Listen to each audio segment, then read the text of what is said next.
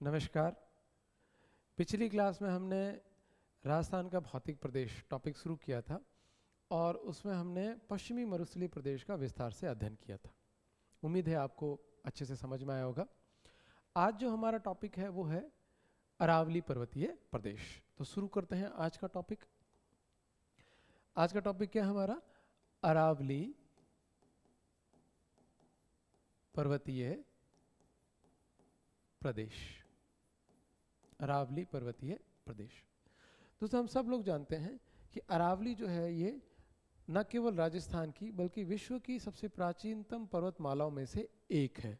ठीक है, तो क्या विशेषता है इसकी कि यह विश्व के प्राचीनतम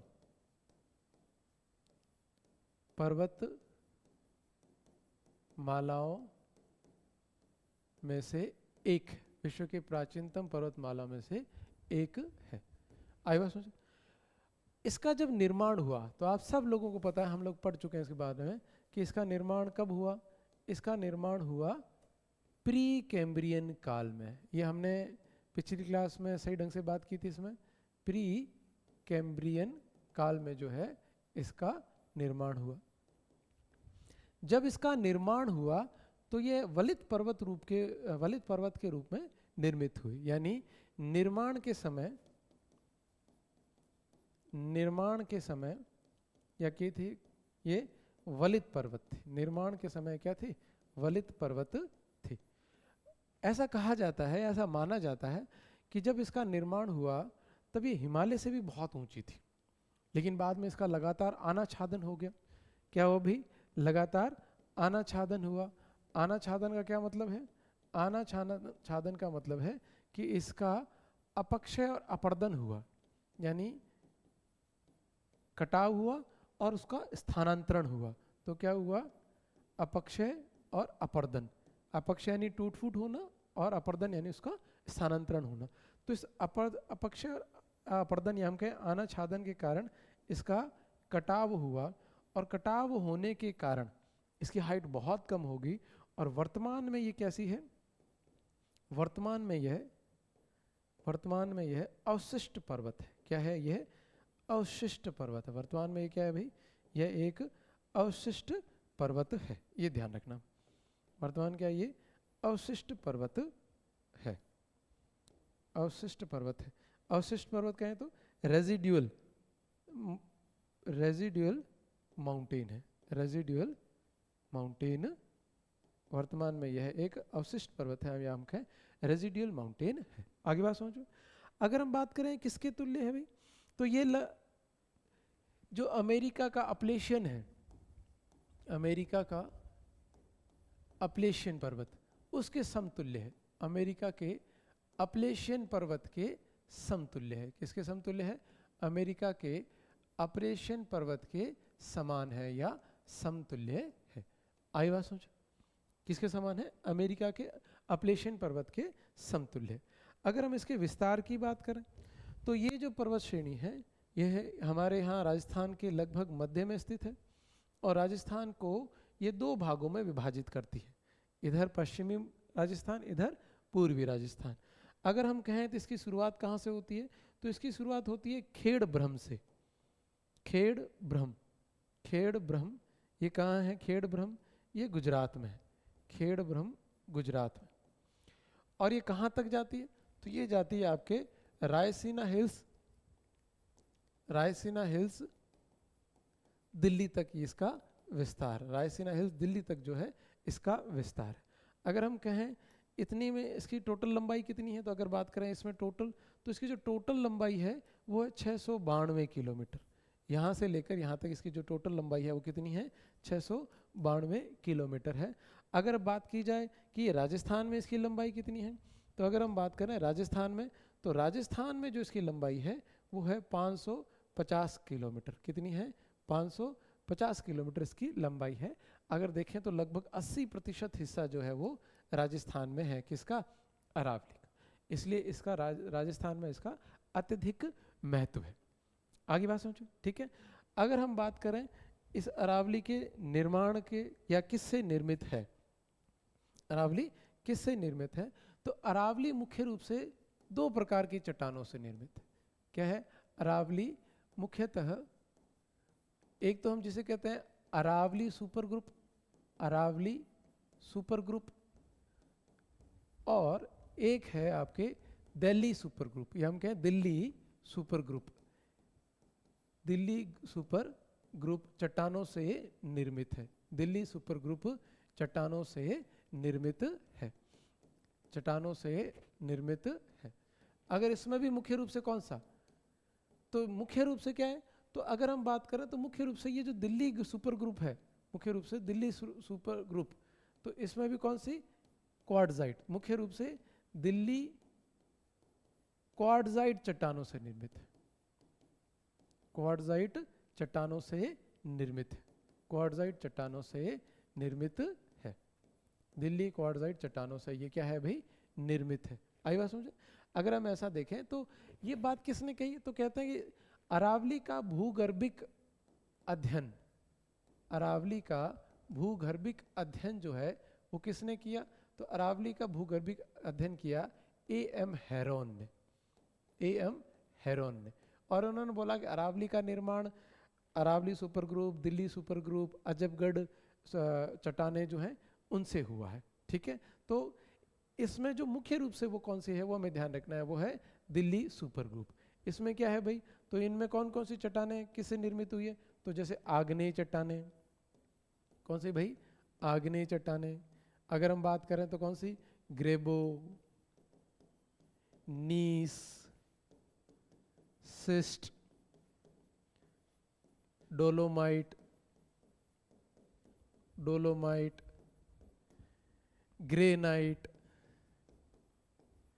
एम्फीबोलाइट, एम्फीबोलाइट, संगमरमर, संगमरमर, ये आदि चट्टानों से निर्मित है, आदि चट्टानों से निर्मित है। ये ध्यान रखना है, इसमें कोई भी इस तरह का प्रश्न कथन में बन सकता। आदि चट्टानों से निर्मित है, आई बात समझ? आदि चट्टानों से निर्मित है।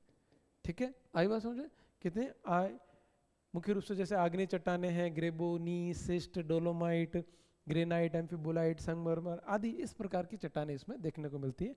अगर आप बात करोगे मुख्य रूप से ग्रेनाइट के हिसाब से अगर हम बात करें तो ग्रेनाइट चट्टानों के लिए एक बहुत जगह फेमस है, ये भी थोड़ा सा ध्यान रखना है।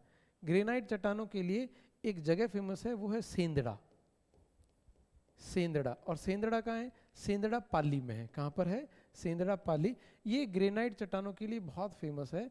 कई बार इस तरह का प्रश्न भी पूछा गया है कि सेंदड़ा पाली किस लिए प्रसिद्ध है? तो सेंदड़ा पाली जो है वो ग्रेनाइट चट्टानों के लिए प्रसिद्ध है। आगे बात समझो। अगर हम बात करें अरावली को, तो अरावली को मुख्य रूप से हम 3 भागों में बांट कर सकते हैं। कितने भागों में बांट सकते हैं? 3 भागों। अगर हम इसके वर्गीकरण की बात करें, इसके हम वर्गीकरण की बात करें तो इसको 3 भागों में बांटा जा सकता है। कितने भागों में बांट सकते हैं हम? 3 भागों में बांट सकते हैं। ये जो सबसे ऊपर वाला भाग है इसे हम कहेंगे उत्तरी अरावली। क्या कहेंगे हम इसे? उत्तरी अरावली। उत्तरी अरावली कहाँ है भाई? उत्तरी अरावली आपके जयपुर से लेकर अलवर तक वाला जो पार्ट है इसके बीच में है ये उत्तरी अरावली। और क्या विशेषता है इस उत्तरी अरावली में? सर्वोच्च शिखर कौन सा है आपका? रघुनाथगढ़। कौन सा है? रघुनाथगढ़। ठीक है, रघुनाथगढ़ जो है वो इसका सर्वोच्च शिखर है, जिसकी हाइट है लगभग 1055 मीटर। फिर हम बात करें मध्य अरावली की, तो ये वाला पार्ट कौन सा हो गया भाई? ये वाला पार्ट हो गया आपके मध्य अरावली। मध्य अरावली की बात करें तो मध्य अरावली कहाँ से है? ये आपके राजसमंद से शुरू होती है, राजसमंद से शुरू होती है, राजसमंद से शुरू होती है। और राजसमंद से शुरू होकर कहाँ तक जाएगी? दक्षिण जयपुर तक, दक्षिण जयपुर तक। मुख्य रूप से कहाँ है ये? तो मुख्य रूप से ये अजमेर में है। कहाँ है भाई? अजमेर में। इसका सर्वोच्च शिखर कौन सा है? इसका सर्वोच्च शिखर है वो है टॉडगढ़। कौन सा है भाई? टॉडगढ़। कई जगह इसको लिखा मिलता है महाराज। कौन क्या लिखा मिलता है? महाराज जी। और इसकी हाइट कितनी है? 933 मीटर जो है इसकी ऊंचाई। ऐसे अगर हम बात करें तो इसको हम कहते हैं दक्षिण अरावली। क्या कहा जाता है इसको? दक्षिण अरावली। दक्षिण अरावली ये कहाँ से है भाई? दक्षिण अरावली वैसे तो अगर हम राजस्थान के संदर्भ से बात करें तो ये कहाँ से जा रही है? तो भाई ये उदयपुर से शुरू हो रही है। कई जगह कहते हैं डूंगरपुर की सीमा से शुरू, उदयपुर से लेके हम कहाँ तक जा रहे हैं, राजसमंद तक। तो यहाँ जो है हमें ये दिख रहा है, इसमें सिरोही मुख्य पाठ है, वहाँ तक ये जो है विस्तृत है। इसकी हम बात करें, इसका सर्वोच्च शिखर कौन सा है, तो इसका सर्वोच्च शिखर सबको पता है वो कौन सा है, वो है गुरु शिखर। कौन सा है, गुरु शिखर। गुरु शिखर की हाइट कितनी है बताओ भाई, 1722 मीटर, 1722। तो इस तरह अगर हम देखें तो हम इनको अलग अलग भागों में बांट सकते हैं, अलग अलग चट्टानों के रूप में इसको भागों में जो है इसको वर्गीकृत किया जा सकता है। अब हम एक एक के बारे में सब पढ़ते हैं, एक एक के बारे में सब पढ़ते हैं। सबसे पहले हम बात करते हैं उत्तरी अरावली की। किसकी बात करें भाई, उत्तरी अरावली।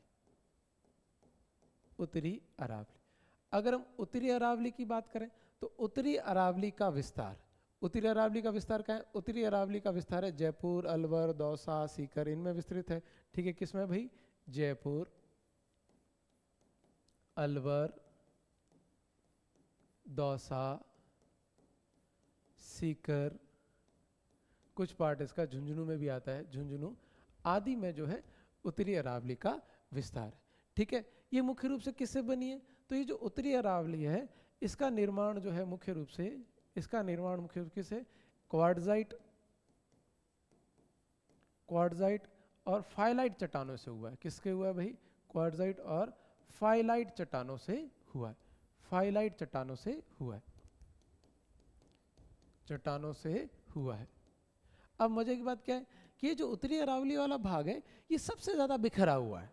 क्या है भैया, सबसे ज्यादा बिखरा हुआ है। हम कहें तो ये सर्वाधिक सबसे विच्छिन्न भाग है अरावली का। कैसा भाग है, सबसे विच्छिन्न भाग। विच्छिन्न भाग मतलब हर जगह कटा फटा भाग है। कटा फाक भाग कैसे कि एक तरफ झालाना डूंगरी है और दूसरी तरफ मोती डूंगरी है, उन दोनों के बीच में अपने जयपुर का बहुत बड़ा भाग आ जाता है। आई बात सुने, तो इस तरह एक पहाड़ी यहाँ है, दूसरी पहाड़ी कई किलोमीटर दूर यहाँ पर है। तो इस तरह ये क्या है, ये विच्छिन्न भाग है, बिखरा हुआ भाग है। तो सर्वाधिक विच्छिन्न भाग कौन सा है, वो उत्तरी अरावली है। और ज़्यादा ऊंचाई भी नहीं है इसकी, तो इसकी औसत ऊंचाई कितनी है भाई, तो इसकी औसत ऊंचाई है वो है 450 मीटर। औसत ऊंचाई कितनी है इसकी, 450 मीटर जो है वो इसकी औसत ऊंचाई है। आई बात समझे, ठीक है। और क्या विषय कि इसका जो सर्वोच्च शिखर है वो कौन सा है भाई, तो अभी हमने पढ़ा कि इसका जो सर्वोच्च शिखर है वो है रघुनाथगढ़। कौन सा है, रघुनाथगढ़। आई बात समझे। अब हमने कहा कि ये विच्छिन्न भाग है, सबसे ज्यादा बिखरा हुआ भाग है, इसीलिए इसके अंदर बहुत सारी पहाड़ियां पाई जाती है। क्या पाई जाती है, बहुत सारी पहाड़ियां पाई जाती है। जैसे हम कहें जयपुर की पहाड़ियां, क्या कहें भाई, जयपुर की पहाड़ियां, या हम कहें अलवर की पहाड़ियां, क्या कहा जाए, अलवर की पहाड़ियां, अलवर की पहाड़ियां। या हम कहें अलवर की पहाड़ियों के अलावा अगर हम बात करें तो कौन सी आ जाती है, सीकर की पहाड़ियां, सीकर की पहाड़ियां। ऐसे आप कहें तो मालखेत की पहाड़ियां, कौन सी पहाड़ियां आ जाती है भाई, मालखेत की पहाड़ियां। ऐसे हमें इनमें एक और देखने मिलता है, वो अपने इस पूरे भाग में वो हमें मिलता है एक विशेष, जिसे हम कहें शेखावाटी की पहाड़ियां, सॉरी शेखावाटी की पहाड़ियां और तोरावाटी की पहाड़ियां। कौन से मिलते हैं भाई, तोरावाटी की पहाड़ियां, ये भी हमें देखने मिलती है। एक इसमें हमें ध्यान रखना है, वो है आड़ा डूंगर। क्या है, आड़ा डूंगर। ये सीकर वाले भाग में, शेखावाटी में। कहाँ है, सीकर में, आड़ा डूंगर। ये भी इसी उत्तरी अरावली में हमें देखने को मिलता है। इसके अलावा बहुत सारी इसमें पहाड़ियां हैं, जैसे खो है, जयगढ़ है, नाहरगढ़ है, और सब हम अलग एक पूरा सीक्वेंस में पढ़ेंगे। आई बात समझे। तो ये तो पार्ट था अपने उत्तरी अरावली का। फिर अगला जो भाग है वो अपना कौन सा है, वो है मध्य अरावली। वो कौन सा है भाई, मध्य अरावली। अभी हम बात करें मध्य अरावली की, तो मध्य अरावली का विस्तार अभी हमने देखा कहाँ से है भाई, राजसमंद से शुरू होता है और राजसमंद से शुरू होकर कहाँ तक जाएगा, दक्षिण जयपुर तक। कहाँ तक जाएगा, दक्षिण जयपुर तक। मुख्यतः कहाँ है भाई, तो मुख्यतः यह है किसमें है, अजमेर में है। मुख्यतः यह किसमें है, अजमेर में। क्या विशेषता है कि ये अरावली का सबसे संकरा भाग है। कैसा भाग है भाई, सबसे संकरा भाग। इसलिए जब हम अरावली का जब फोटो बनाते हैं, नया मैप बनाते हैं, तो हम कुछ इस तरह बनाते हैं। तो ये जो बीच वाला जो भाग है ये मध्य अरावली है। ये अरावली का क्या है भाई, ये अरावली का सबसे संकरा भाग है। इसकी औसत ऊंचाई कितनी है, तो जो इसकी औसत ऊंचाई है वो है 700 मीटर। कितनी है, 700 मीटर। इसकी औसत ऊंचाई कितनी है भाई, 700 मीटर जो है वो इसकी औसत ऊंचाई है। इसका सर्वोच्च शिखर कौन सा है, इसका सर्वोच्च शिखर कौन सा है, तो इसका जो सर्वोच्च शिखर है वो सबको पता है, वो कौन सा है, टॉडगढ़ है। कौन सा है, टॉडगढ़ है। टॉडगढ़ की ऊंचाई कितनी है भाई, 933 मीटर जो है वो इसकी ऊंचाई है। ऐसे हमको देखने को मिलता है वो है तारागढ़। इसका दूसरा ऊंचा कौन सा है, तारागढ़। इसकी कितनी है, 873। ऐसे हमें एक और मिलता है नाग पहाड़। कौन सा मिलता है, नाग पहाड़। इसकी ऊंचाई कितनी है, 795 मीटर। तो ये तीन जो है वो इसके प्रमुख शिखर हैं। टॉडगढ़ को महाराज जी भी कहते हैं। क्या कहते हैं, महाराज जी भी कहा जाता है। टॉडगढ़ को महाराज जी भी कहा जाता है। इसी का एक और उपभाग है। क्या है, इसका एक उपभाग है। उपभाग है कौन सा, मेरवाड़ा की पहाड़ियां। कौन सा है भाई, मेरवाड़ा की पहाड़ियां। मेरवाड़ा की पहाड़ियां। इन मेरवाड़ा की पहाड़ियों की क्या विशेषता है, ये मारवाड़ को मेवाड़ से अलग करती है। मारवाड़ को मेवाड़ से अलग करती, मेवाड़ से अलग करती, अलग करती है। और वास्तविक बात क्या है कि ये जो दोनों हैं तारागढ़ और नाग पहाड़, ये मेरवाड़ा का पहाड़ियों का ही हिस्सा है। किसका हिस्सा है, तारागढ़ और नागपहाड़ ये मेरवाड़ा पहाड़ियों का ही हिस्सा है। आई बात समझे। तो ये तो भाग था कौन सा, मध्य अरावली का। आगे बढ़ रहे हैं, और जो पार्ट है वो हमारा कौन सा है, वो है आपका दक्षिण अरावली। कौन सा आ जाएगा भाई, दक्षिण अरावली। दक्षिण अरावली। अगर हम दक्षिण अरावली की बात करें तो अरावली का सबसे सर्वोच्च भाग यही है, सबसे ऊंचा भाग भी यही है, और सबसे विस्तृत भाग भी, सर्वोच्च भी यही है और सबसे विस्तृत भाग कौन सा है, वो है दक्षिण अरावली। आई बात समझ। और इसीलिए इसके दो हिस्से भी हमें देखने को मिलते हैं। एक जिसको कहा जाता है आबू खंड। क्या कहा जाता है, आबू खंड। और ये आबू खंड कौन से वाले भाग में है, ये सिरोही वाले भाग में, सिरोही भाग में। और अगर वास्तविक से पूछे तो सबसे ऊंचा भाग कौन सा है, वो आबू खंड ही है। सर्वोच्च भाग कौन सा है, सर्वोच्च भाग या सर्वोच्च खंड जो है वो कौन सा है, वो आबू खंड ही है। और जो सर्वोच्च शिखर है गुरु शिखर, वो यहीं स्थित है। गुरु शिखर कहो, शेर कहो, दिलवाड़ा कहो, ये सब वो जो यहीं स्थित है। दूसरा जो इसका भाग है वो इसे कहते हैं हम मेवाड़ अरावली। क्या कहा जाता है, मेवाड़ अरावली। मेवाड़ अरावली वाला ये भाग, ये किस में है, तो ये है उदयपुर में और राजसमंद में। किस में है, उदयपुर में और राजसमंद में। किस में विस्तृत है, उदयपुर और राजसमंद में। इसका जो सर्वोच्च भाग है वो कौन सा है, वो है जरगा। वो कौन सा है, जरगा। लगभग 1431 मीटर इसकी हाइट है। आई बात समझे। तो ये हम दक्षिण अरावली को जो लगभग दो भागों में बांटते हैं, एक को हम कहते हैं आबूखंड और दूसरे को हम कहते हैं मेवाड़ अरावली। आबूखंड अगर वास्तविक रूप से देखा जाए तो यही अरावली का सबसे ऊंचा भाग है, और गुरु शिखर, शेर, दिलवाड़ा, अचलगढ़ जैसी पहाड़ियाँ जो है वो यहीं स्थित है। और अगर हम बात करें दूसरा जो भाग है जो उदयपुर राजसमंद में है, उसको हम जो है मेवाड़ अरावली कहते हैं। आई बात समझो। अब हम बात करते हैं जो इनकी जो प्रमुख पहाड़ियाँ हैं, एक सीक्वेंस में पढ़ते हैं। जो हम वो पढ़ेंगे कि अवरोही क्रम में, बड़े से छोटे की ओर पढ़ते हैं, वो हम एक करके देखते हैं। सबसे ऊंचा भाग कौन सा भी, प्रमुख शिखर देखते हैं। तो सबसे पहला जो हमारा शिखर है वो कौन सा है, वो है गुरु शिखर। कौन सा है, गुरु शिखर। गुरु शिखर की हाइट कितनी है भाई, 1722 मीटर। कहाँ है, सिरोही में। गुरु शिखर के बाद दूसरा कौन सा है, शेर। शेर की हाइट कितनी है, 597 मीटर। ये भी कहाँ है, ये भी सिरोही में। इसके बाद कौन सा आता है अपना दिलवाड़ा। दिलवाड़ा की हाइट कितनी है, 1442 मीटर, और ये भी कहाँ है, सिरोही में। इसके बाद जरगा। जरगा की हाइट कितनी है, 1431। ये भी कहाँ है, उदयपुर में। इसके बाद अचलगढ़। अचल के बाद हाइट है 1380। ये भी कहाँ है भाई, सिरोही में है। इसके बाद अपना आता है कुंभलगढ़। कुंभल की हाइट कितनी है, कुंभलगढ़ की हाइट है 1224। ये है राजसमंद में। और फिर आता है धोनिया, यानी 1183 और राजसमंद। अगर भाई देखो, मुझे इतना ट्रिक वाला है नहीं, लेकिन फिर भी देखो तो गुरु से दिल से जरा आश कुंभा धोनिया रखो। ठीक है, क्या पढ़ सकते हैं हम, गुरु से दिल से जरा आस कैसे पढ़ सकते हो, जैसे आप लोग अपने हिसाब से देख सकते हो। अगला जो अपना होगा वो रघुनाथगढ़ ही है, तो हम एक बार देख लेते हैं क्या लिख सकते हैं अपन। गुरु से जरा, गुरु से दिल से, गुरु से दिल से जरा आश कुंभा धोनिया रखो। ठीक है, तो इस तरह आप इसके ट्रिक बना सकते हो। ट्रिक और भी खूब बन सकती है, अपने स्तर पे बनाओ तो ज़्यादा बेहतर तरीके से याद रहेगी। लेकिन फिर भी गुरु शिखर, शेर, दिलवाड़ा, जरगा, अचलगढ़, कुंभलगढ़, धोनिया, और अगला जो हो जाएगा वो कौन सा हो जाएगा, रघुनाथगढ़। तो ये एक छोटी सी ट्रिक आप भी देख लो। ठीक है, अगला कौन सा हो गया, रघुनाथगढ़। रघुनाथ की हाइट कितनी है भाई, 1055 मीटर। कहाँ पर है, ये सीकर में। इसके बाद ऋषिकेश कहाँ है, सिरोही में। फिर कमलनाथ ये कहाँ है, उदयपुर में। फिर सज्जनगढ़ ये कहाँ है, उदयपुर में। सज्जनगढ़ की हाइट कितनी है, 938। उसके बाद में टॉडगढ़ या महाराज जी, इसकी हाइट कितनी है, 933। ध्यान रखना हरिवंश सेक्शन में 933 ही लिखा है। ये है अजमेर में। फिर है खो, ये उत्तरी अरावली में आ जाएंगे। इसकी हाइट कितनी, 920। कहाँ है खो, जयपुर में। फिर सायरा, सायरा उदयपुर में है। इसकी हाइट कितनी है, 900 मीटर। और उसके बाद में कौन सी है, लीलागढ़। तो लीलागढ़ में अपने हाइट कितनी होगी, 874 मीटर। और ये कहाँ है, उदयपुर।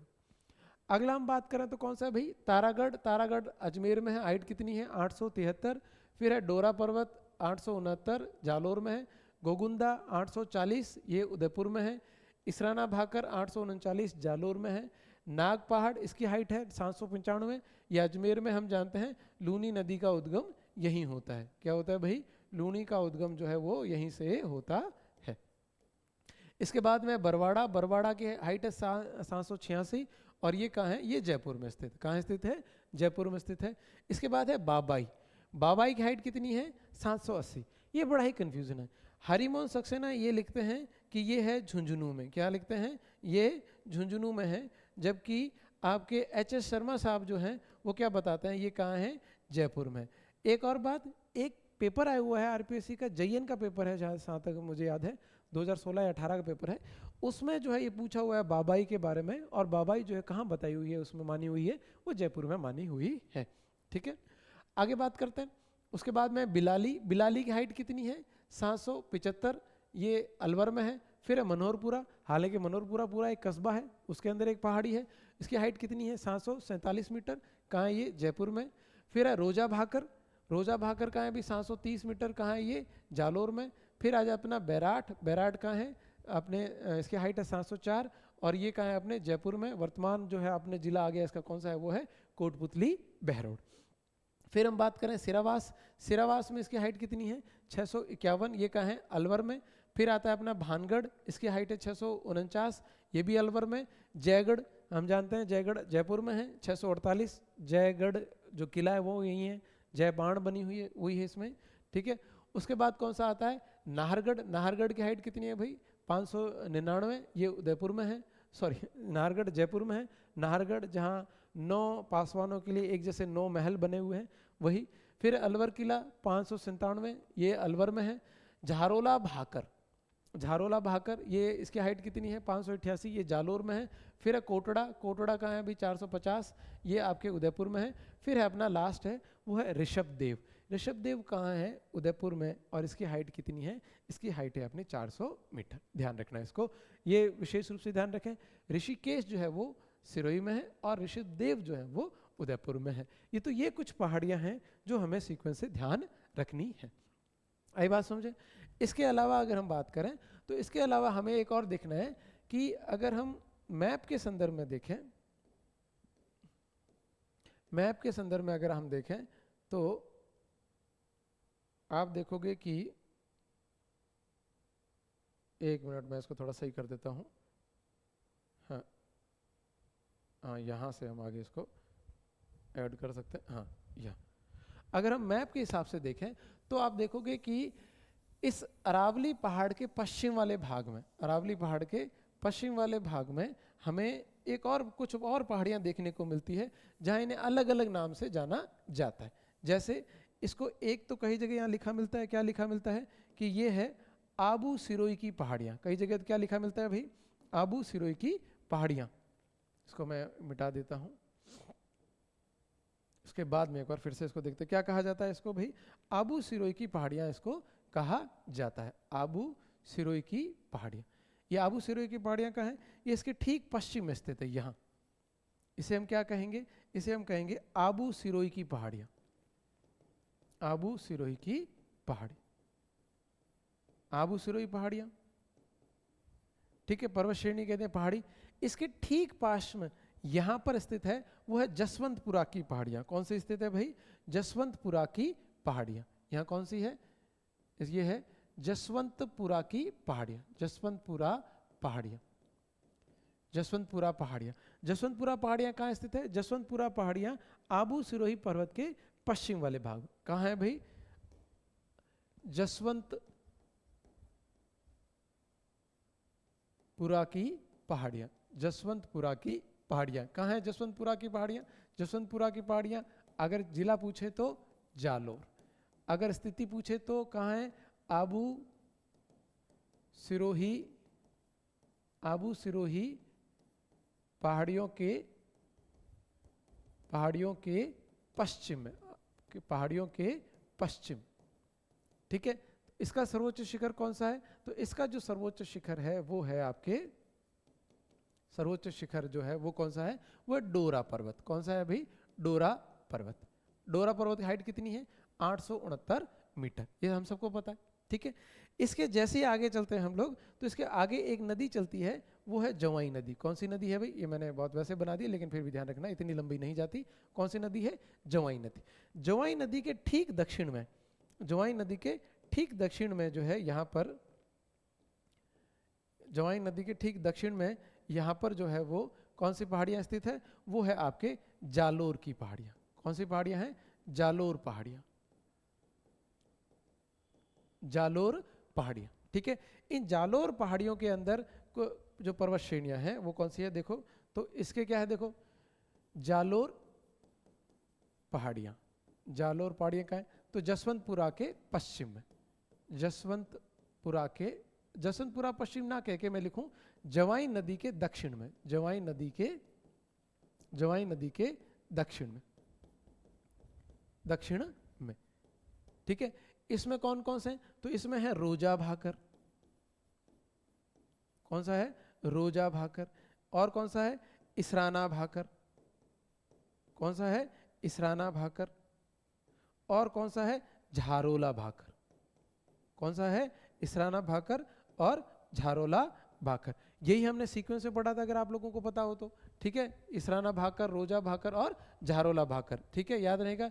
इसमें हमने इसराना भाकर हमारा आया नहीं, सीक्वेंस में आया होगा, ध्यान नहीं रखा, ठीक है। इसराना भाकर, इसकी हाइट कितनी है भाई?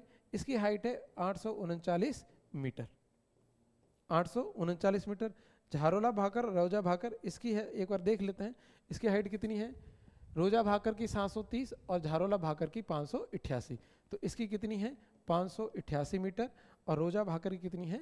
730 मीटर। ये ध्यान रह जाएगा। आगे बात समझ में, ये क्या है? जसवंतपुरा की पहाड़ियाँ कहाँ हैं? जालोर में स्थित है। कहाँ स्थित है लोकेशन? आबू सिरोही पहाड़ियों के पश्चिम में स्थित है। सर्वोच्च शिखर कौन सा है? डोरा पर्वत। फिर हम बात करें जालोर पहाड़ियाँ कहाँ हैं? तो जवाई नदी के दक्षिण में स्थित है, जवाई नदी के दक्षिण में स्थित है। सर्वोच्च शिखर कौन सा है इसका? इसका सर्वोच्च शिखर है इसराना भाकर, उसके बाद में रोजा भाकर और फिर ये झारोला भाकर। ये सभी के सभी किस में स्थित है? ये सभी के सभी आपके जालोर में स्थित है। कई बार इनका सीक्वेंस भी पूछा जाता है, ठीक है। इनके थोड़ा पश्चिम में चलेंगे भाई, इनके थोड़ा और पश्चिम में चलेंगे यहाँ, तो आप यहाँ पश्चिम में देखोगे कि यहाँ एक पहाड़ियाँ पाई जाती है बाड़मेर में। इन पहाड़ियों को कहा जाता है शिवाना की पहाड़ियाँ। क्या कहा जाता है? शिवाना पहाड़ियाँ। और इन शिवाना पहाड़ियाँ की क्या विशेषता है कि शिवाना पहाड़ियाँ जो है वो गोलाकार पहाड़ियाँ हैं। कैसी पहाड़ियाँ हैं?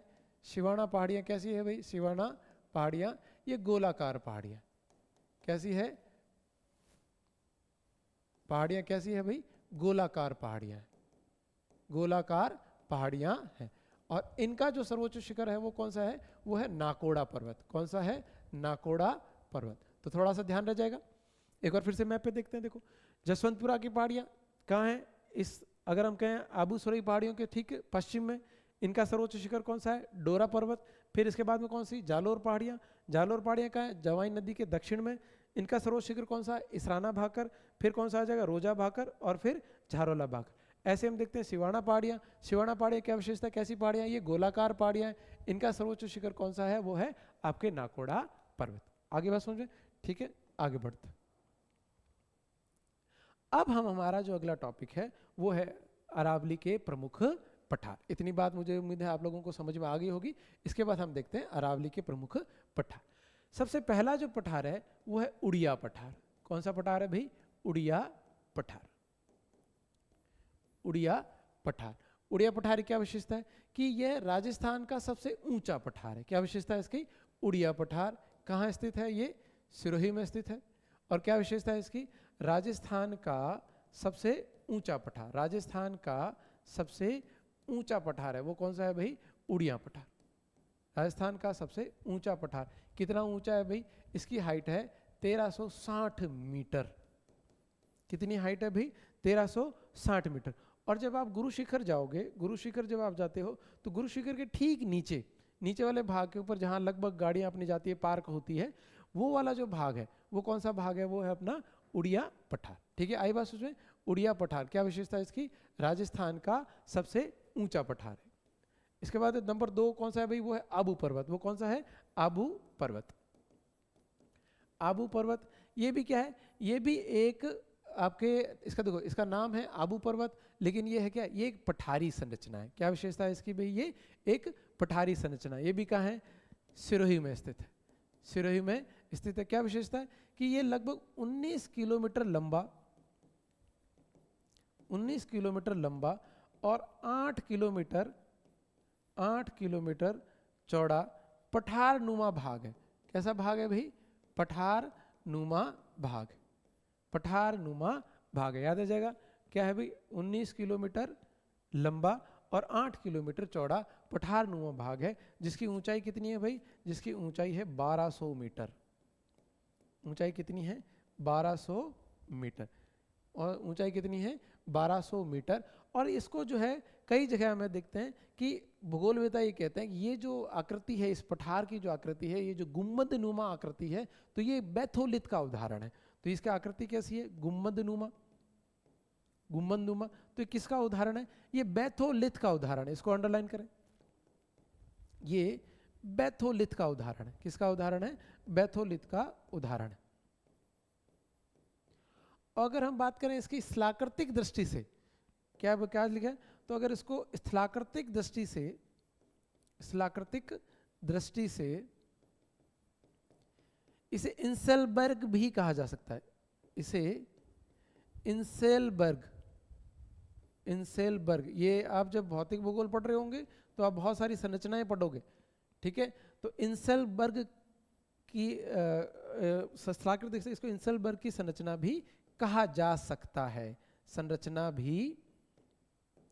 भी कहा जा सकता है। थोड़ा सा ध्यान रखें चीज को, कहा जा सकता है। कौन सा पर्वत, आबू पर्वत, ये भी कहाँ है, सिरोही में। कितना, 19 किलोमीटर लंबा और 8 किलोमीटर चौड़ा।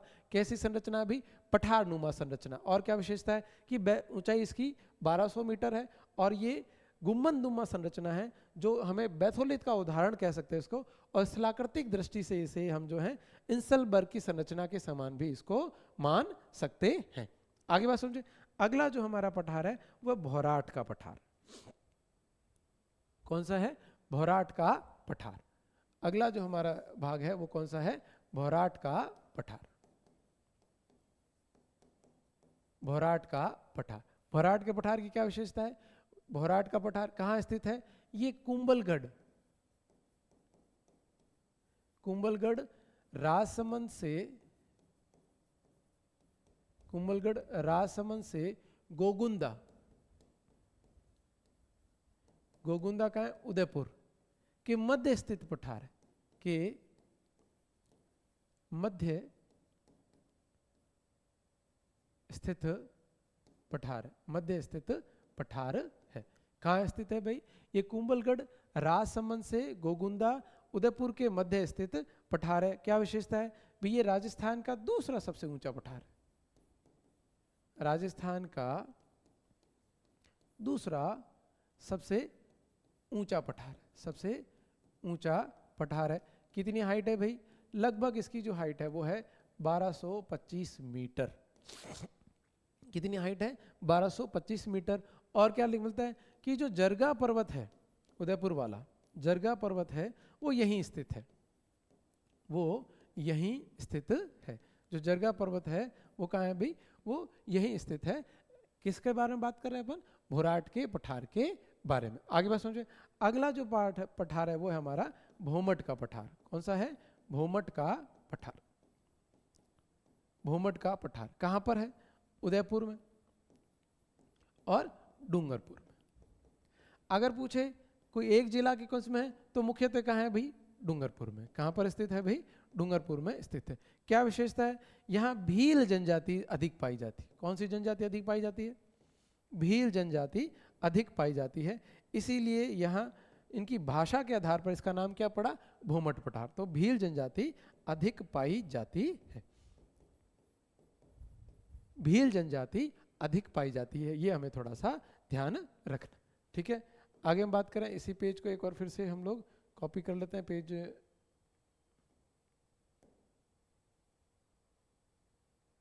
अच्छा, इसकी कॉपी कर लेते हैं। ठीक है, अगला जो हमारा पठार, अगला जो अपना पठार है वो कौन सा है? ये हो गया। फिर है लसाड़िया का पठार। अगला जो हमारा पठार है वो कौन सा है भाई? लसाड़िया का पठार।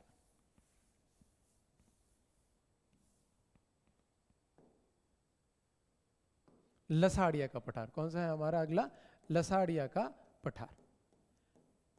क्या विशेषता है इसकी? कि जयसंबंध झील। कौन सी झील भाई? जयसंबंध झील के, जयसंबंध झील के, तो जयसंबंध झील का है उदयपुर में, तो जयसंबंध झील के पूर्व में स्थित कटाफटा पहाड़। कैसा पहाड़ है भाई? जयसंबंध झील के पूर्व में स्थित कटाफटा पहाड़। जयसंबंध झील के पूर्व में स्थित कटाफटा पहाड़ को क्या कहा जाता है दोस्तों? लसाड़िया का पठार कहा जाता है। ज़्यादा इसकी ऊंचाई नहीं है। इसकी ऊंचाई क्योंकि पठार थोड़ा लंबा है तो कई जगह मिलता है कि ये भी 365 से लेकर 650 मीटर तक ऊंचा है। कितना है? 650 मीटर तक ऊंचा है। कौन सा भाई? कौन सा? लसाड़िया का पठार। ऐसे में एक और देखते हैं जिसे हम कहते हैं मेसा पठार। क्या है भाई? मेसा पठार कहाँ है? चित्तौड़गढ़ में। मेसा पठार कहाँ है? चित्तौड़गढ़ में। क्या विशेषता है? कि जो चित्तौड़गढ़ किला है, चित्तौड़ जो किला है वो भी यहीं स्थित है, वो इसी पर स्थित है। और इसकी हाइट कितनी है? इसकी हाइट है लगभग 620 मीटर। ऐसे हमको एक और पठार मिलता है जिसको बोलते हैं मानदेसरा पठार। क्या कहते हैं? मानदेसरा पठार। मानदेसरा पठार भी कहाँ है? ये भी भाई है आपके चित्तौड़ में। ये भी कहाँ है? आपके चित्तौड़ में स्थित है। ऐसे हम देखते हैं एक आता है क्रांस का पठार। क्या आता है? क्रांस का पठार। एक आता है अपने कांकनवाड़ी पठार। कौन सा आता है? कांकनवाड़ी पठार। क्रांस का पठार और कांकनवाड़ी पठार, ये दोनों पठार किस में है भाई? ये दोनों पठार अलवर में स्थित है। कहाँ स्थित है? अलवर में स्थित है। आई बात समझ में? ऐसे हम एक और पढ़ते हैं, वो कौन सा आता है? ऊपर माल का पठार। ऊपर माल का पठार। ऊपर माल का पठार कहाँ स्थित है? तो ऊपर माल का पठार आप सब जानते हो, भैंसरोडगढ़। कौन से भाई? भैंसरोडगढ़। कहाँ है? चित्तौड़ में। भैंसरोडगढ़ चित्तौड़ से बिजोलिया भीलवाड़ा। कहाँ पर है? बिजोलिया भीलवाड़ा। बिजोलिया भीलवाड़ा के मध्य स्थित पठार, के मध्य स्थित पठार। कौन सा पठार है भी? ऊपरमाल का पठार। ऊपरमाल का पठार आपको पता होना चाहिए, राणा सांगा के समय अशोक परमार को ऊपरमाल की जागीर दी गई थी और उसके बाद में इसी का भाग है बिजोलिया। और आपको ये भी पता होना चाहिए बिजोलिया में राजस्थान का सबसे लंबा जो है कृषक आंदोलन चला और अहिंसक आंदोलन जिसे हम कहें वो इसमें शामिल था। ठीक है, तो एक बार फिर से देखते हैं कौन सा भाग में। सबसे पहला हमने पढ़ा, ठीक है, सबसे पहले हमने कौन सा पढ़ा? उड़िया पठार, राजस्थान का सबसे ऊंचा पठार सिरोही में है। उसके बाद में आबू पर्वत, ये भी सिरोही में है, 1200 मीटर इसकी ऊंचाई है। बैथोलिथ का उदाहरण है और यह हम इसको स्थलाकृतिक दृष्टि इसको इंसलबर्ग कह सकते हैं। उसके बाद मैंने कौन सा पढ़ा, भोराट का पठार, ये कुंभलगढ़ और कुंभल राजसमंद गोगुंदा उदयपुर के बीच में स्थित है। राजस्थान का दूसरा सबसे ऊंचा पठार है, जरगा पर्वत यहीं स्थित है। फिर मैंने पढ़ा भोमट का पठार, भोमट के पठार में हमने क्या कहा, उदयपुर डूंगरपुर में, अगर एक जिला कोई पूछे तो मुख्य तो किस में है, आपके डूंगरपुर में भील जनजातियां यहाँ पर अधिक पाई जाती है। इसके बाद हमने कौन सा पढ़ा, लसाड़िया पठार, उदयपुर जयसमंद झील के पूर्व में स्थित कटापटा पठार। ऊंचाई कितनी है भाई, ऊंचाई 365 से लेकर 650 मीटर के बीच में पाई जाती है। उसके बाद में मेसा पठार, मेसा पठार कहाँ है, चित्तौड़गढ़ में, चित्तौड़गढ़ किला यहीं स्थित है, 620 मीटर इसकी हाइट है। उसके बाद में मानदेसर पठार, ये भी चित्तौड़गढ़ में है। और क्रांसका पठार और कांकणवाड़ी पठार, ये दोनों किस में है, ये दोनों अलवर में है। और उसके बाद हमने पढ़ा ऊपरमाल का पठार, ऊपरमाल का पठार कहाँ है, भैंसरोडगढ़ और बिजोलिया भीलवाड़ा के मध्य स्थित पठार है, जिसके बारे में हमने इतिहास के बारे में भी जिसके में काफ़ी चर्चित है। आगे बात समझें, ठीक है। अब हम आगे बात करते हैं, वो है आपके इनके प्रमुख दर्रे। टॉपिक क्या है हमारा भाई, प्रमुख दर्रे, प्रमुख दर्रे या हम कहें नाल। क्या है भाई, प्रमुख दर्रे या हम कहें नाल। आगे बात समझे, नाल, नाल क्या होते हैं या दर्रे क्या होते हैं वो हम पता होना चाहिए। कि देखो पर्वतीय क्षेत्रों के, पर्वतीय क्षेत्रों, ये पर्वत है, ये भी पर्वत है, पर्वतीय क्षेत्रों के मध्य स्थित निम्न भाग, क्या कहें हम, निम्न भाग या हम कहें तंग मार्ग। क्या कहें भाई, निम्न भाग या हम कहें तंग मार्ग, जो क्या करता है, जो पर्वत के एक छोर को दूसरे छोर से जोड़ता है, एक छोर को दूसरे छोर से जोड़ता हो तो उसे क्या कहा जाएगा, तो उसे दर्रा कहा जाएगा। तो उसे क्या कहा जाएगा, उसे दर्रा कहा जाएगा। और इसी दर्रे को हमारे यहाँ स्थानीय भाषा में क्या कहते हैं, नाल कहते हैं। क्या कहते हैं, नाल कहते हैं। आई बात समझे। तो पर्वतों के मध्य स्थित क्या है भाई, पर्वतों के मध्य स्थित निम्न भाग या तंग मार्ग जो पर्वतों के दोनों छोर को आपस में जोड़ता हो, दोनों छोर को आपस में जोड़ता हो, छोर को आपस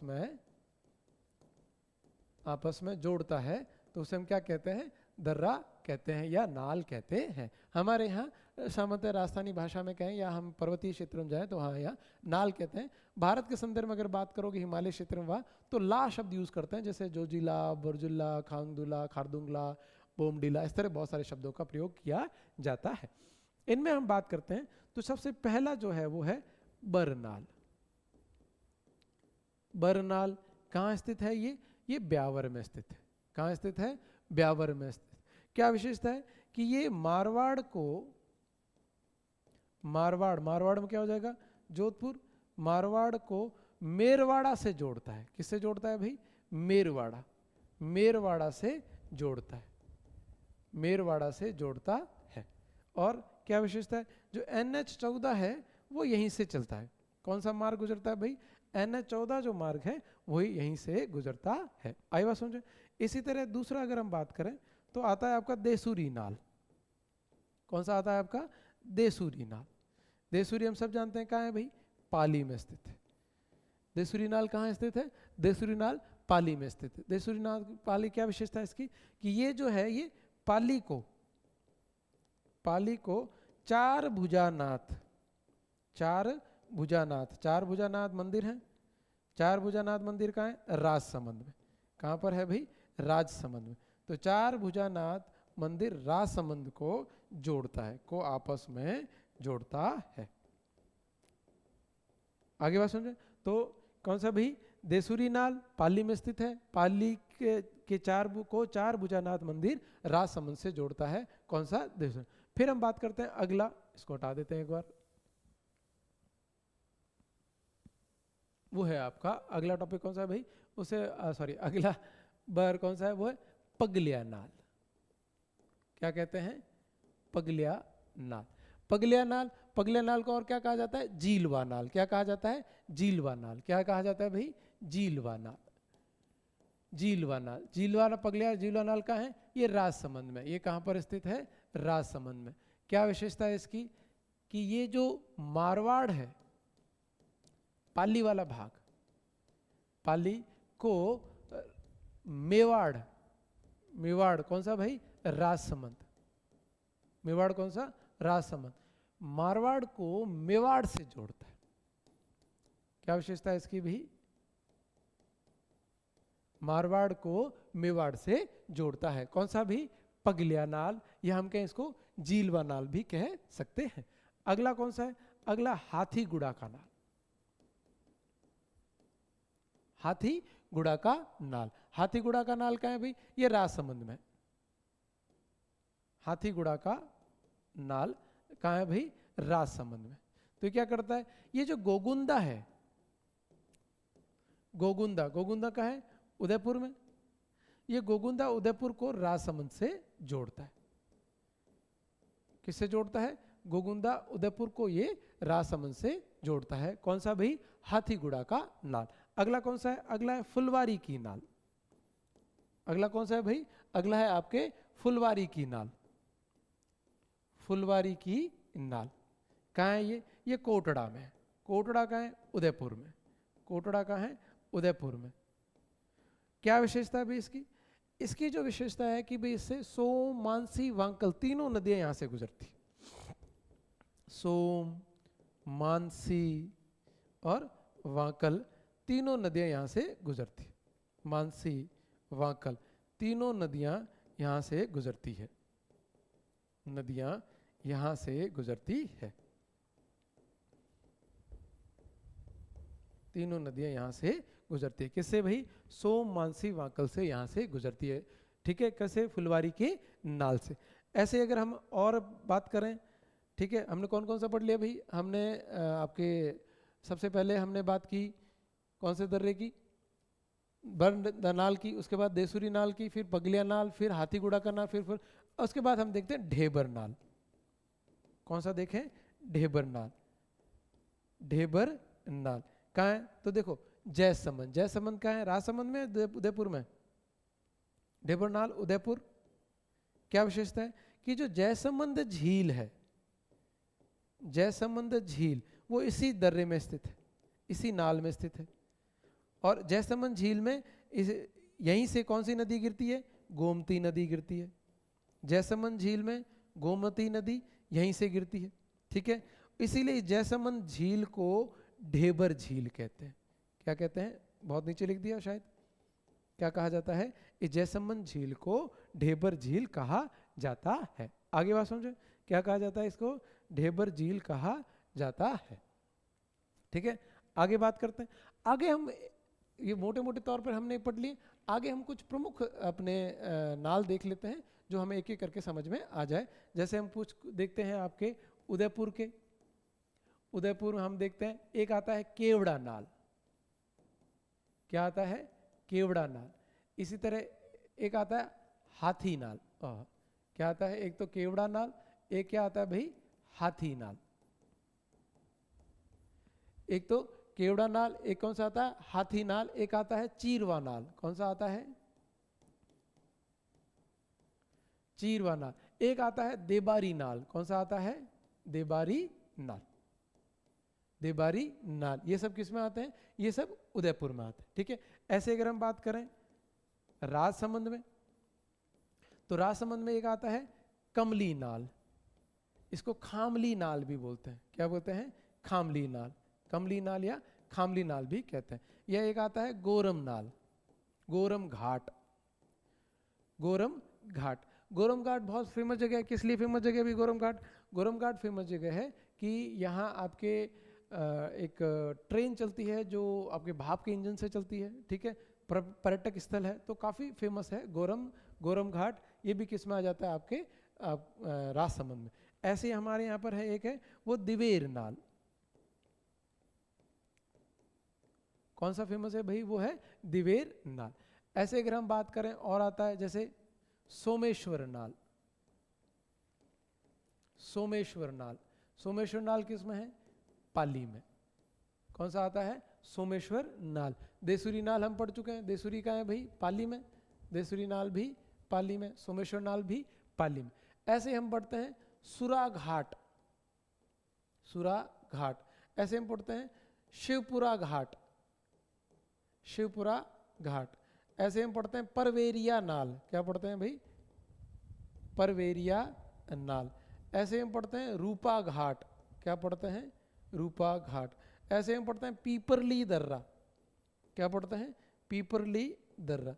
ये सारे जो दर्रे हैं, सुरा घाट, शिवपुरा घाट, परवेरिया नाल, या हम कहें अपने रूपा घाट, या हम कहें पीपरली नाल, ये सारे के सारे किस में आ जाते हैं, ये पहले ब्यावर अजमेर में आते थे, वर्तमान में कैसे आते थे, पुराना जिला कौन सा है भाई, पुराना जिला है इसका अजमेर, और वर्तमान ये सब किस में आते हैं, वर्तमान में ये सब आपके आते हैं ब्यावर में, जो इसमें इनको शामिल किया जाता है। आई बात। तो ये कुछ प्रमुख नाल हैं, ठीक है, कुछ प्रमुख नाल हैं जो आप सबको याद करने हैं। आगे बात सोच, ठीक है, सबको मेरे हिसाब से सबको समझ में आ गया होगा। अगला पार्ट, अगले पार्ट की यदि हम बात करें तो अगला जो हमारा टॉपिक है वो है कुछ शब्दावलियाँ। इस पहाड़ी क्षेत्र में कुछ शब्दावलियाँ भी हैं जो काफ़ी महत्वपूर्ण हैं, जो हमें एक एक करके देखनी है। तो हम लिखेंगे, टॉपिक क्या है हमारा, महत्वपूर्ण शब्दावली, महत्वपूर्ण शब्दावली। इन महत्वपूर्ण शब्दावली में अगर हम सबसे पहले बात करें तो सबसे पहले जो आता है वो है भाकर। वो क्या आता है भाई, भाकर। अब देखो, अगर आप राजस्थान के किसी हिस्से में रहो तो भाकर वहाँ के जो आसपास जो क्षेत्र है, आसन्न क्षेत्र जिसे हम कहें, तो वह कोई भी पहाड़ हो, या तो उसको भाकर कहेंगे या उसको डूंगर कहेंगे, ये एक सामान्य सी चीज़ें हैं। लेकिन हम कुछ ऐसे अपने विशेष क्षेत्र हैं जिनके लिए, इन पर्वतों के लिए ये विशेष शब्द सामान्य तौर पे यूज़ किया ही जाता है, तो वहीं से फिर हमारे ये जीके के तौर पे शामिल हो गए। तो भाकर, भाकर की अगर हम बात करें तो पूर्वी सिरोही, ध्यान रखें, पूर्वी सिरोही।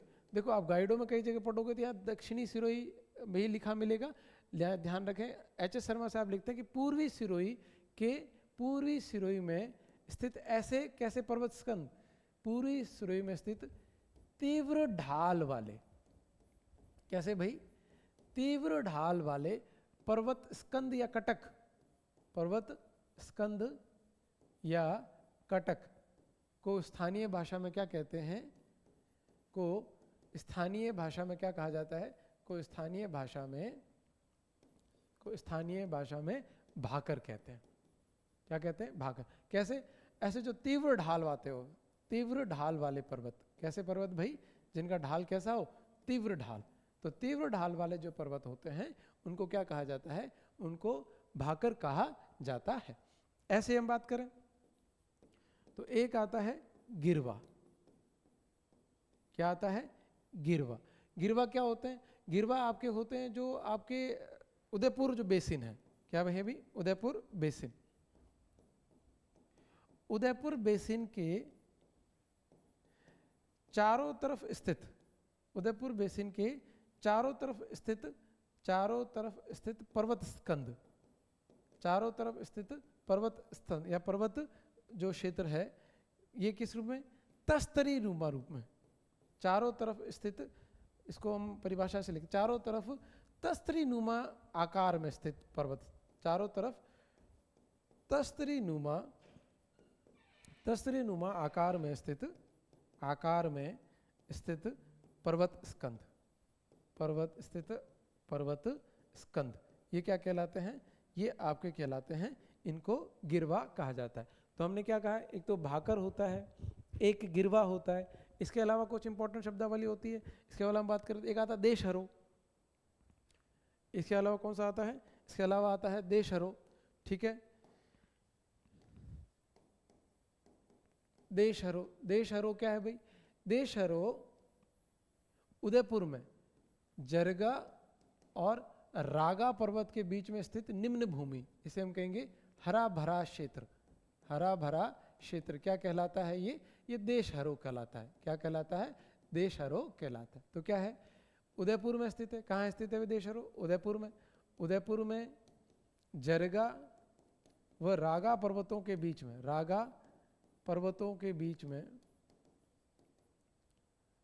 स्थित हरा भरा क्षेत्र में स्थित हरा भरा क्षेत्र क्या कहलाता है, हरा भरा क्षेत्र।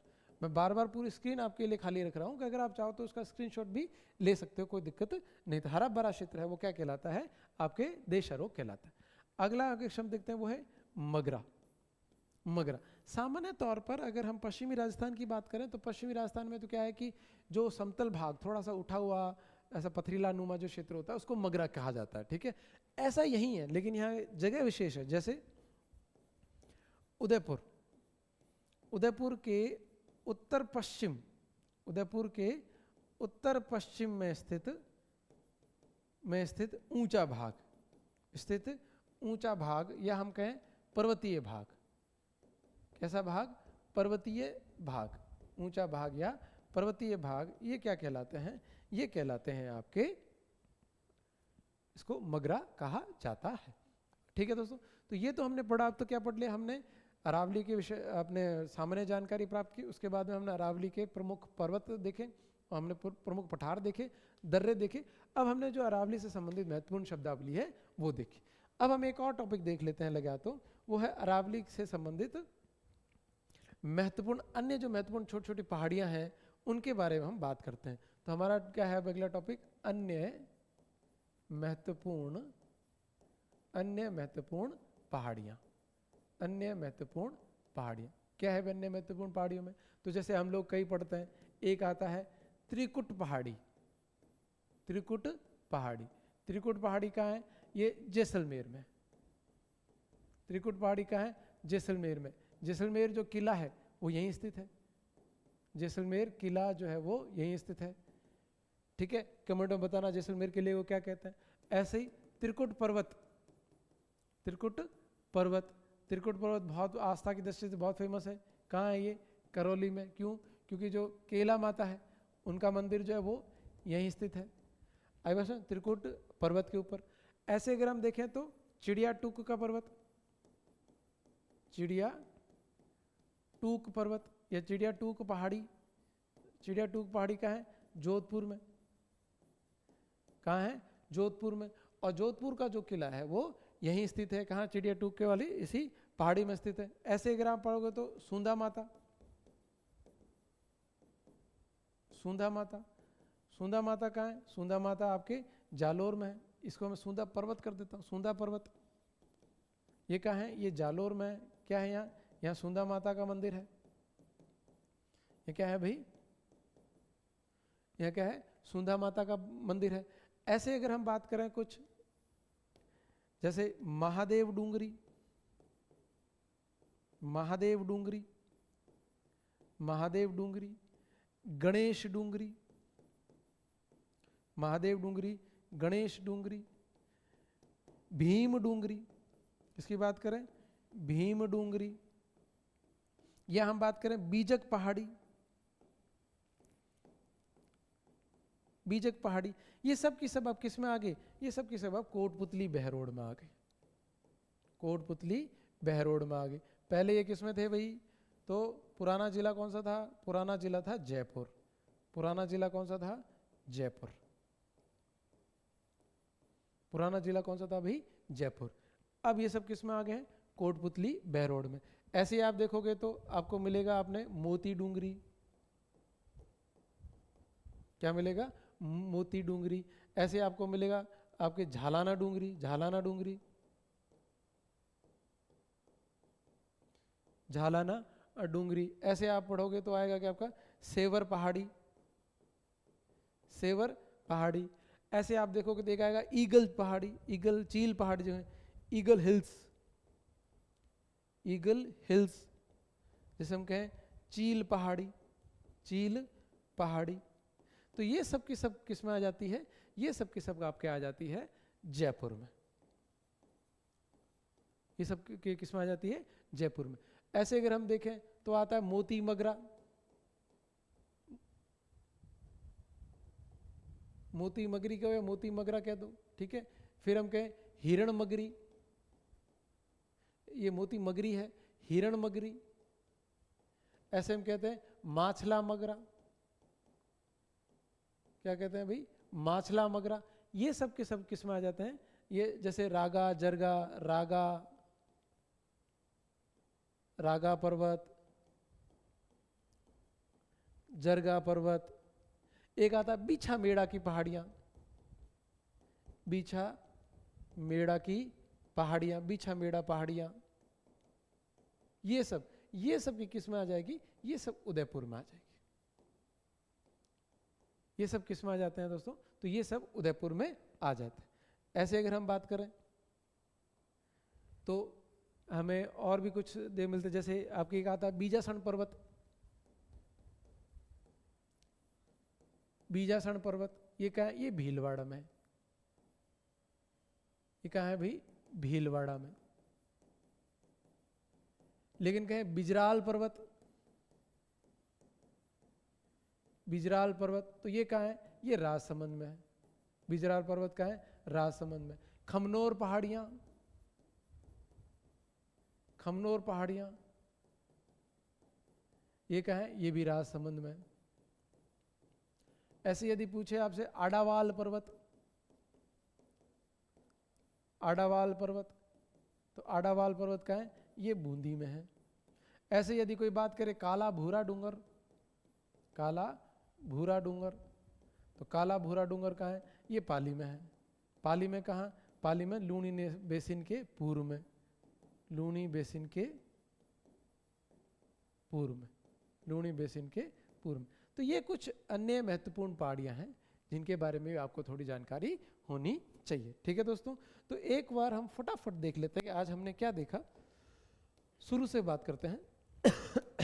सबसे पहले हमने बात की अरावली। हम जान, ये क्या हुआ, एक पेज ऊपर चला गया, ठीक गायब भी हो गया वो। चलो देखते हैं, अरावली के बारे में बात की हमने। ठीक है, इसमें हमने अरावली के बारे में, हमारा एक मैप गायब हो गया, आगे वो आपको मिल जाएगा वैसे पीपीटी के तौर पे। उसमें हमने देखा था कि अरावली जो है विश्व की प्राचीनतम श्रेणी है। हमने बात की थी अमेरिका के अपलेशन पर उसके समतुल्य है, वलित पर्वत थी निर्माण के समय, और वर्तमान में अवशिष्ट पर्वत है, उसका आना छदन ज़्यादा हो गया। फिर हमने कहा अरावली क्या है कि ये सुपर ग्रुप जो है आपके दिल्ली सुपर चट्टानों से बनी है, जिसमें आग्नेय चट्टान, ग्रेनाइट, ग्रेबोनीस, सिस्ट, डोलोमाइट, एम्फीबोलाइट, संगमर है। ग्रेनाइट चट्टानों के लिए कौन सा फेमस है, वो सिंदड़ा पाली में फेमस है। ऐसे हमने इसके 3 भाग किए। फिर हमने उत्तरी अरावली के बारे में पढ़ा, तो उत्तरी अरावली की सर्व शिखर कौन सा पढ़ा भाई, वो है रघुनाथगढ़। और हमने कई सबसे विच्छिन्न भाग है, इसमें बहुत सारी पहाड़ियाँ, जैसे शेखावटी पहाड़ियाँ, सीकर, मालखेत की पहाड़ियाँ वगैरह, ये सब। ये ध्यान रखना, ये जो आड़ा डूंगर ये कहाँ है, ये शेखावटी में, सीकर में। ऐसे मध्य अरावली की बात की, इसमें मुख्यतः कहाँ है, ये अजमेर में सबसे संकरा भाग, औसत ऊंचाई 700 मीटर, सर्वोच्च शिखर कौन सा है, टॉडगढ़। ऐसे हमने दक्षिण अरावली की बात की, इसके 2 भाग करते हैं, आबूखंड और मेड़वार। आबूखंड का सबसे ऊंचा गुरु शिखर और अपने मेवाड़ का जरगा। फिर हमने ये अरावली का सीरियस सीक्वेंस से बात की। और उसके बाद हमने बात की जसवंतपुरा पहाड़ियों में, जसवंतपुरा पहाड़ियों में सर्वोच्च शिखर कौन सा है, डोरा पर्वत। जालोर पहाड़ियों में सर्वोच्च शिखर कौन सा है, इसराना भाकर, इसके बारे में बात की। उसके बाद में हमने बात की आपके प्रमुख पठार की, और प्रमुख पठार के बाद हमने बात की प्रमुख दर्रों के बारे में, और प्रमुख दर्रों के बाद हमने बात की महत्वपूर्ण शब्दावलियाँ, जिसमें भाकर, गिरवा, और हमने देशरो, मगरा आदि के बारे में जाना। और उसके बाद हमने बात की कुछ महत्वपूर्ण पहाड़ियों के बारे में। ठीक है दोस्तों, उम्मीद है आज की जो क्लास है ये आपको पसंद आई होगी। हमने अरावली के बारे में पूर्णतः पढ़ने का प्रयास किया। मिलते हैं अगली क्लास के साथ, धन्यवाद।